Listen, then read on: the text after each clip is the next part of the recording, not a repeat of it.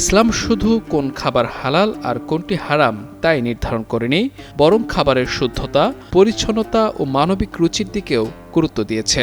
মহান আল্লাহ মানুষের জন্য পবিত্র ও উত্তম খাদ্যকে বৈধ করেছেন এবং অপবিত্র জিনিস থেকে দূরে থাকার নির্দেশ দিয়েছেন। আমাদের সমাজে অনেক সময় হালাল পশুর সব অংশ খাওয়া নিয়ে বিভ্রান্তি দেখা যায়, অথচ প্রিয় নবী হযরত মুহাম্মদ সাল্লাল্লাহু আলাইহি ওয়াসাল্লাম কিছু অংশ খেতে অপছন্দ করতেন এবং কিছু অংশ স্পষ্টভাবে নিষিদ্ধ ঘোষণা করা হয়েছে। বিশেষ করে কুরবানির সময় এই বিষয়গুলো আবারও অনেকে জানতে চান। শুরুতেই বলা হয় হালাল প্রাণীর রক্ত খাওয়া সম্পূর্ণ নিষিদ্ধ। পবিত্র কোরআনের সূরা আল মাইদাতে মহান আল্লাহ তাআলা বলেন, তোমাদের জন্য হারাম করা হয়েছে মৃত প্রাণী, রক্ত এবং শূকরের মাংস। অতএব কুরবানির পশু হোক কিংবা অন্য কোনো হালাল প্রাণী হোক, প্রবাহিত রক্ত খাওয়া সর্বসম্মতিক্রমে হারাম। রাসূল সাল্লাল্লাহু আলাইহি ওয়াসাল্লাম হালাল প্রাণীর কিছু অংশ খাওয়া অপছন্দ করতেন। এ বিষয়ে হাদিস শরীফে এসেছে, কি হয়েছে? মিনিস্টার ফ্রিজ কিনে হাম্বা জিতেছে।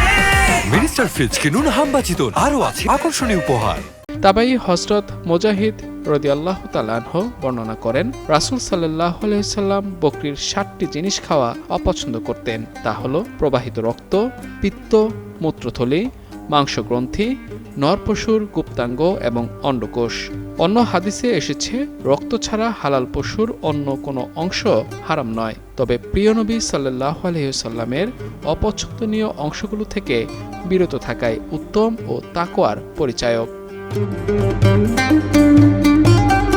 হাদিসের আলোকে হালাল পশুর যেসব অংশ খাওয়া অপছন্দনীয় তা হল প্রবাহিত রক্ত, অন্ডকোষ, চামড়া ও গোশতের মাঝখানে সৃষ্ট জমাট মাংসগ্রন্থি, মূত্রথলি, পিত্ত, নর ও মাদা পশুর গুপ্তাঙ্গ। ইসলামী শরীয়তে এসব অংশ খাওয়া থেকে বিরত থাকাকে উত্তম ও শোভন মনে করা হয়েছে। ইসলাম একটি পরিপূর্ণ জীবন ব্যবস্থা। খাদ্যাভ্যাসের ক্ষেত্রেও এটি মানুষকে পরিচ্ছন্নতা, পবিত্রতা ও উত্তম রুচির শিক্ষা দেয়। তাই শুধু হালাল হওয়ায় যথেষ্ট নয়, প্রিয় নবী সাল্লাল্লাহু আলাইহি ওয়াসাল্লামের পছন্দ অপছন্দকেও গুরুত্ব দেওয়া একজন মুমিনের দায়িত্ব। বিশেষ করে কুরবানির মৌসুমে পশু জবাই ও মাংস বন্টনের সময় এসব মাসালা জানা থাকলে সুন্নতসম্মত জীবনযাপনের আরও কাছাকাছি পৌঁছানো সম্ভব। মাহমুদুর রহমান, যুগান্তর নিউজ।